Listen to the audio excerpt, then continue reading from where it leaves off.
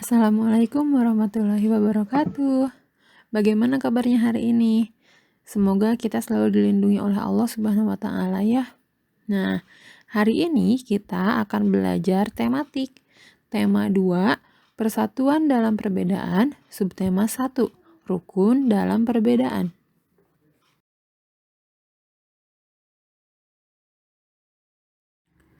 Bagaimana perayaan Hari Kemerdekaan Indonesia di lingkungan rumah kalian? Tentu ada yang mengadakan perayaan dan ada juga yang tidak ya.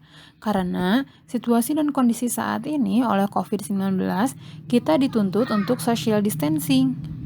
Walaupun begitu, tidak menyurutkan kita untuk berdoa agar negeri tercinta ini selalu diberikan perlindungan oleh Allah Subhanahu wa taala. Amin. Indonesia merdeka.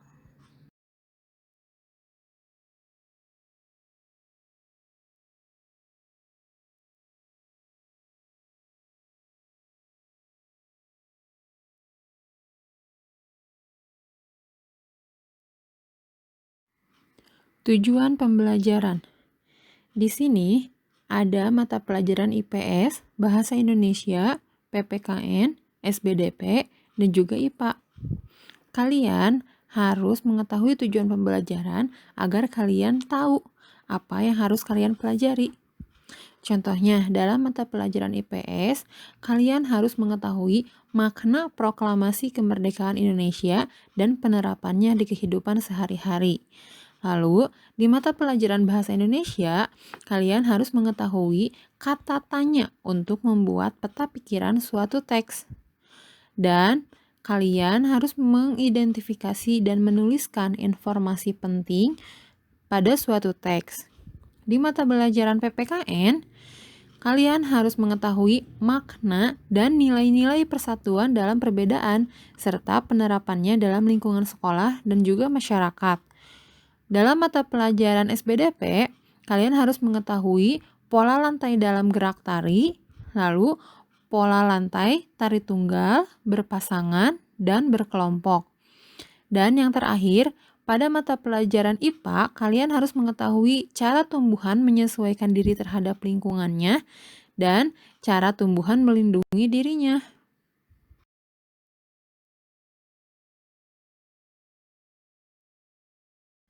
Apakah kalian tahu mengapa kemerdekaan Indonesia jatuh pada tanggal 17 Agustus 1945? Kenapa nggak tanggal 15 September atau enggak 1 Januari? Kalian masih ingat gak tentang sejarah kemerdekaan Indonesia? Dulu pernah dipelajari di kelas 5 loh. Nah, berikut Ibu berikan tayangan sejarah singkat kemerdekaan Indonesia ya.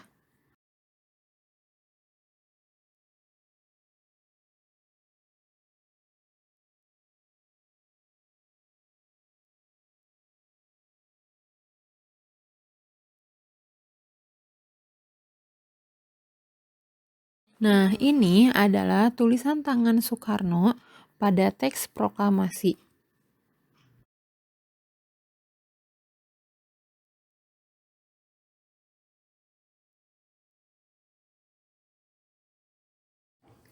Proklamasi kemerdekaan Indonesia merupakan peristiwa bersejarah yang menandai kelahiran bangsa Indonesia sebagai bangsa yang merdeka dari penjajah. Adanya proklamasi kemerdekaan Indonesia dimaknai dengan yang pertama, lahirnya bangsa Indonesia sebagai bangsa yang merdeka. Kedua, puncak perjuangan bangsa Indonesia meraih kemerdekaan. Ketiga, pengakuan dari dunia luar.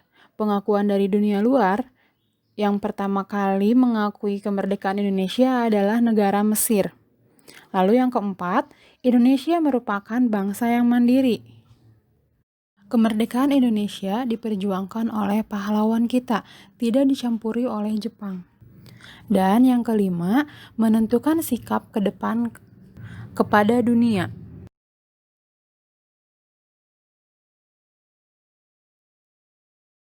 Proklamasi kemerdekaan Indonesia bukan hanya sebagai sejarah saja, namun ada sikap yang bisa kita terapkan dalam kehidupan sehari-hari. Contohnya di lingkungan rumah, di lingkungan sekolah, dan di lingkungan masyarakat.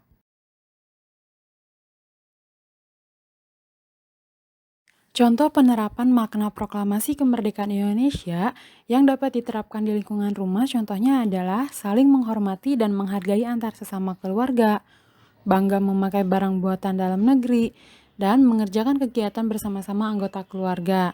Nah, untuk contoh penerapan di lingkungan sekolah, kita bisa menerapkannya dengan cara giat belajar, mengikuti upacara setiap hari Senin dengan sungguh-sungguh, toleransi dengan teman yang memiliki perbedaan.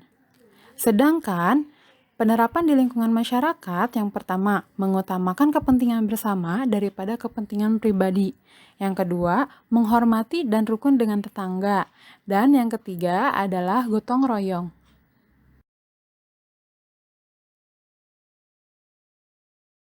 Apakah kalian masih ingat dengan sejarah peristiwa Rengas Dengklok? Di sini Ibu akan menyajikan teks tentang peristiwa Rengas Dengklok. Peristiwa Rengas Dengklok.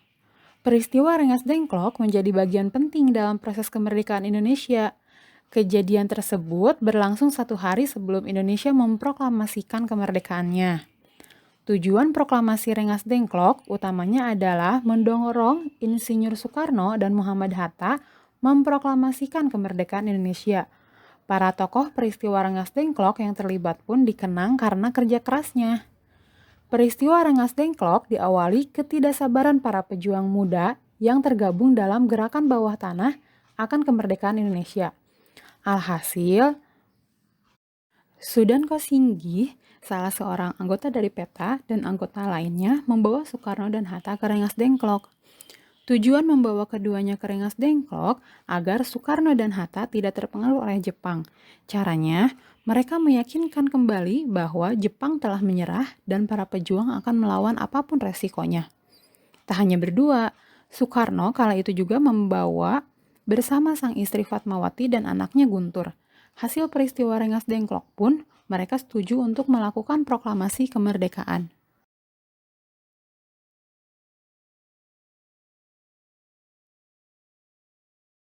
Di Jakarta sendiri, golongan muda Wikana dan golongan tua Ahmad Subarjo melakukan perundingan tempat proklamasi. Mereka pun menyetujui Jakarta untuk menjadi lokasinya. Maka dari itu, diutuslah Yusuf Kunto untuk mengantar Ahmad Subarjo ke Rengas Dengklok untuk menjemput Soekarno dan Hatta kembali ke Jakarta. Sampailah mereka di rumah Laksamana Maeda di Jalan Imam Bonjol, Jakarta Pusat. Penyusunan teks proklamasi pun dilakukan oleh Soekarno, Hatta, Ahmad Subarjo, dan disaksikan oleh Soekarni, BM Diah, Sudiro, dan Sayuti Milik hingga sepakat. Sebelum pembacaan teks proklamasi, perundingan pembacaan teks kembali berlangsung pada pukul 2 hingga 4 waktu Indonesia Barat pada tanggal 17 Agustus 1945. Setelah itu, pada pukul 10 waktu Indonesia Barat, teks proklamasi pun dibacakan di kediaman Soekarno, Jalan Pegangsaan Timur nomor 56. Peristiwa Rengas Dengklok pun selalu diingat sebelum merayakan Hari Kemerdekaan Indonesia.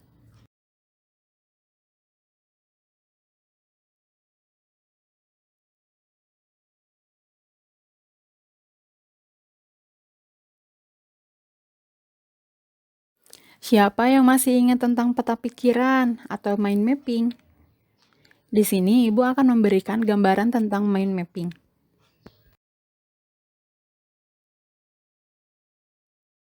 Mind map atau peta pikiran dapat diartikan sebagai suatu cara untuk mengorganisasikan dan menyajikan konsep, ide, tugas, atau informasi lainnya dalam bentuk diagram.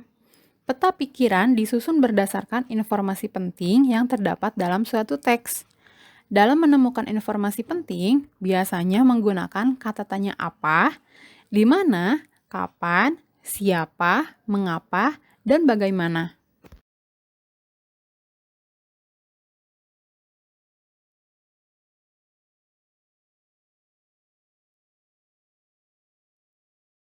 Dalam membuat peta pikiran, biasanya kita harus membuat diagram.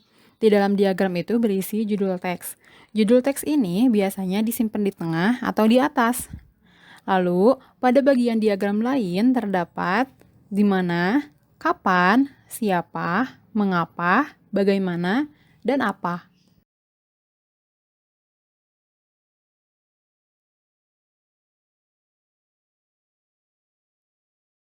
Kita akan membuat peta pikiran dari teks yang berjudul Peristiwa Rengas Dengklok. Nah, di sini contoh dari pertanyaan di mana. Di mana Soekarno dan Hatta disembunyikan oleh pejuang muda? Lalu pertanyaan kapan? Kapan terjadinya pembacaan teks proklamasi? Siapa saja yang menyusun dan menyaksikan penyusunan teks proklamasi? Mengapa Soekarno dan Hatta dibawa ke Rengas Dengklok? Bagaimana cara pejuang muda membawa Soekarno dan Hatta ke Rengas Dengklok? Apa isi dari teks tersebut?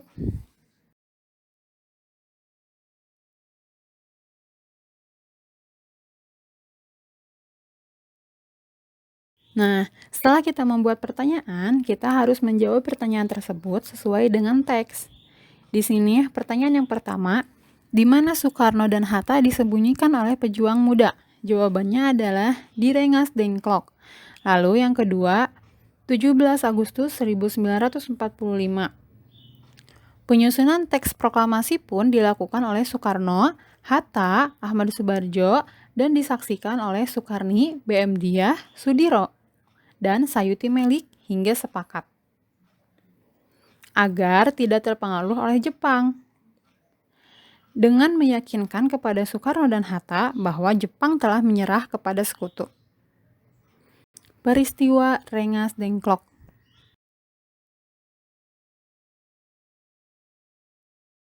Setelah Indonesia merdeka, warga Indonesia tentu sangat senang dan bahagia karena terbebas dari penjajah. Namun, ternyata banyak konflik atau permasalahan yang terjadi setelah kemerdekaan.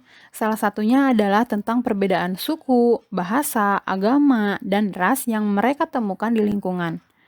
Mungkin di lingkungan sekitar kita juga banyak perbedaan, misalnya sebagai berikut. Yang pertama, di keluarga besarmu mungkin ada yang berasal dari suku yang berbeda. Yang kedua, di lingkunganmu mungkin ada tetangga yang berbeda budaya denganmu. Yang ketiga, saat pergi ke provinsi lain, mungkin kamu mendengar bahasa yang berbeda denganmu. Contoh yang keempat adalah di lingkunganmu terdapat agama yang berbeda.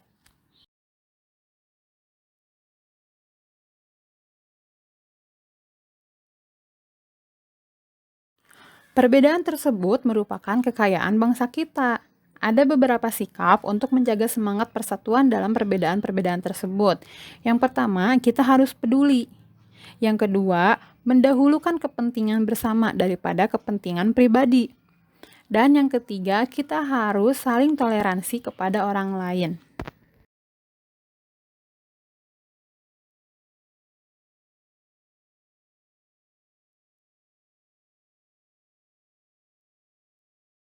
Nilai-nilai persatuan dalam perbedaan perlu diterapkan dimanapun kita berada, baik di rumah, sekolah, maupun masyarakat.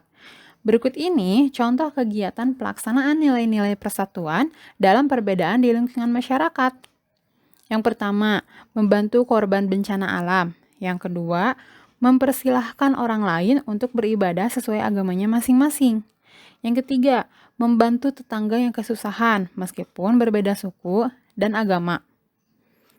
Manfaat yang dapat diperoleh jika kita menerapkan nilai-nilai persatuan dalam perbedaan di masyarakat diantaranya kehidupan bermasyarakat menjadi aman, tentram, dan juga damai.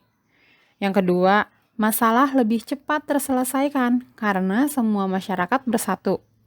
Dan lebih banyak pendapat ketika bermusyawarah.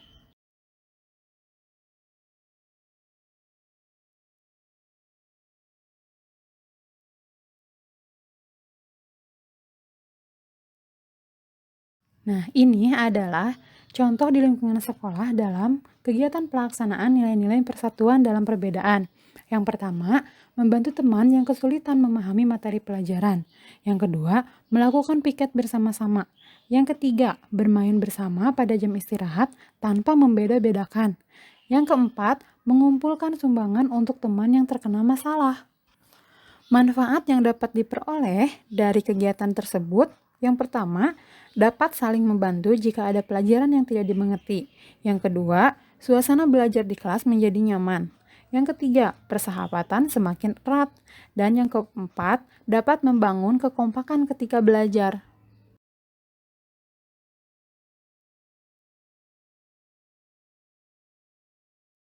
Dalam menyikapi perbedaan, tidak hanya antar suku, bangsa, dan ras saja, namun setiap manusia pasti mempunyai perbedaan yang menjadi ciri khasnya masing-masing. Perbedaan tersebut dapat menjadi persatuan jika kita menerapkan sikap-sikap yang harus kita terapkan dalam pembahasan tadi, dan juga perbedaan dapat menjadi persatuan dalam sebuah tarian. Tarian memiliki gerakan yang beragam. Gerakan tari merupakan salah satu unsur pada tari.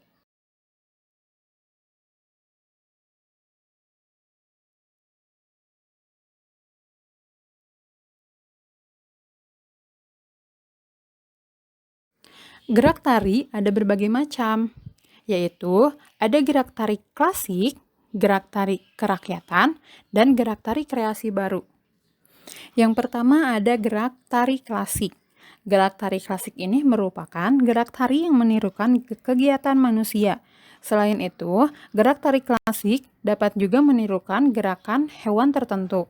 Contohnya adalah gerak pada tari topeng, tari golek, dan tari bedaya.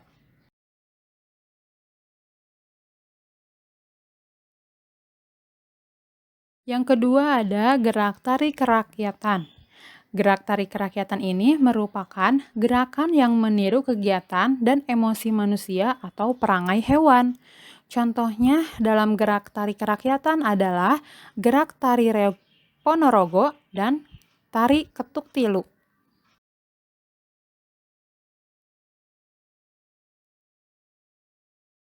Yang ketiga ada gerak tari kreasi baru. Gerak tari kreasi baru merupakan gerak tari yang dibentuk dari gerak tari yang sudah ada. Misalnya, gerak tari klasik atau tari kerakyatan yang dikembangkan atau dipadukan menjadi rangkaian gerak baru yang sesuai dengan zaman sekarang. Contohnya dalam gerak tari ini adalah tari saman dan tari kecak. Dalam melakukan sebuah tarian, biasanya penari harus berbaris sesuai dengan formasinya masing-masing. Formasi tersebut disebut pola lantai. Pola lantai merupakan garis yang dilalui penari saat melakukan gerak tari. Pola lantai dapat dibentuk secara tunggal, berpasangan, atau berkelompok. Terdapat dua pola garis dasar pada pola lantai, yaitu pola garis lurus dan pola garis lengkung.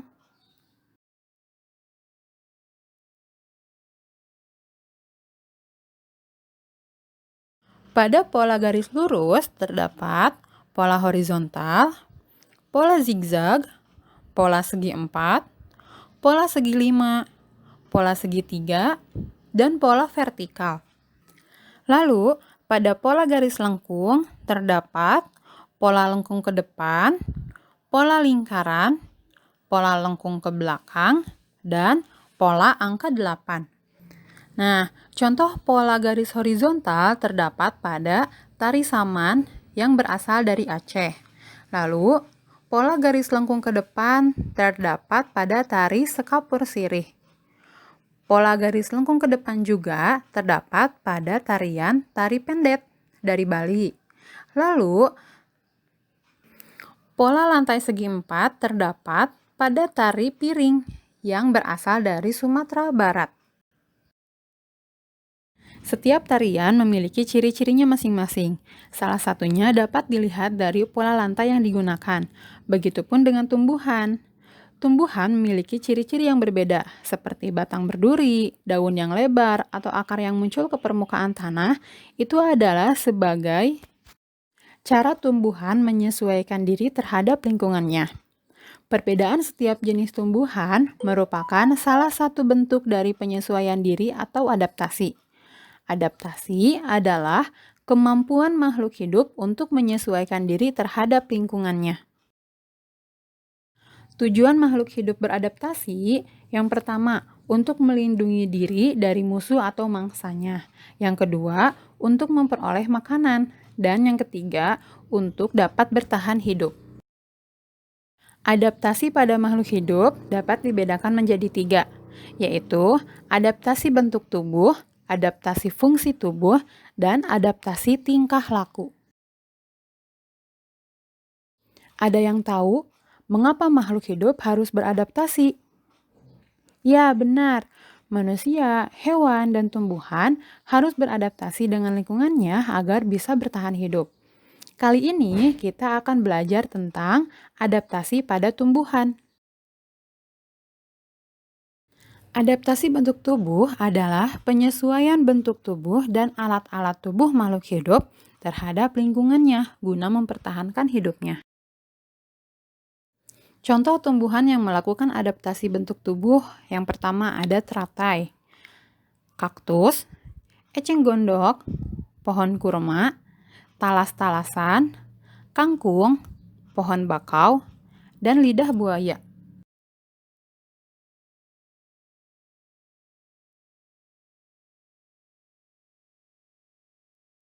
Adaptasi tingkah laku berhubungan dengan tindakan makhluk hidup untuk melindungi diri dari serangan pemangsa.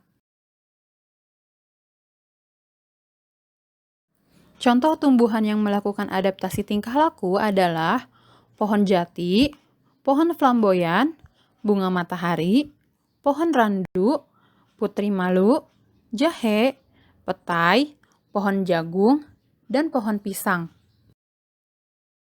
Adaptasi fungsi alat tubuh menyangkut fungsi organ tubuh makhluk hidup serta melibatkan zat-zat tertentu untuk membantu proses metabolisme. Contoh tumbuhan yang melakukan adaptasi fungsi alat tubuh adalah Rafflesia arnoldi, bunga bangkai, Venus flytrap, kantong semar, dan bau bunga.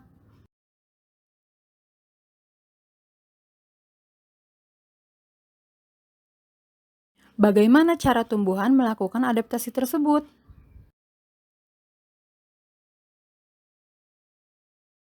Teratai dan eceng gondok merupakan contoh tumbuhan yang beradaptasi dengan bentuk tubuh. Teratai mempunyai daun yang lebar untuk mempercepat penguapan dan berfungsi untuk dapat mengapung di air. Eceng gondok juga mempunyai batang berongga sehingga dapat mengapung dan tumbuh di air. Akar eceng gondok yang lebat berfungsi untuk menjaga keseimbangan tumbuhan agar tidak terbalik. Teratai dan eceng gondok merupakan tumbuhan hidrofit atau tumbuhan yang dapat hidup di air. Pohon bakau memiliki akar tunjang yang menembus tanah hingga dalam agar tidak terhempas oleh ombak besar di sekitar pantai. Pohon bakau hidup di lingkungan laut, muara sungai, dan pantai, sehingga bakau termasuk tumbuhan halofit, yaitu tumbuhan yang dapat hidup di lingkungan dengan kadar garam tinggi. Tumbuhan yang dapat hidup di lingkungan yang memiliki sedikit air disebut xerofit. Contohnya adalah kaktus, pohon kurma, dan juga lidah buaya. Pada kaktus, untuk beradaptasi dengan lingkungan yang panas, ukuran daun kaktus mengecil hingga berbentuk duri. Itu bertujuan untuk mengurangi penguapan dan juga untuk melindungi diri dari pemangsa. Lalu, batang yang tebal pada kaktus digunakan sebagai tempat cadangan air.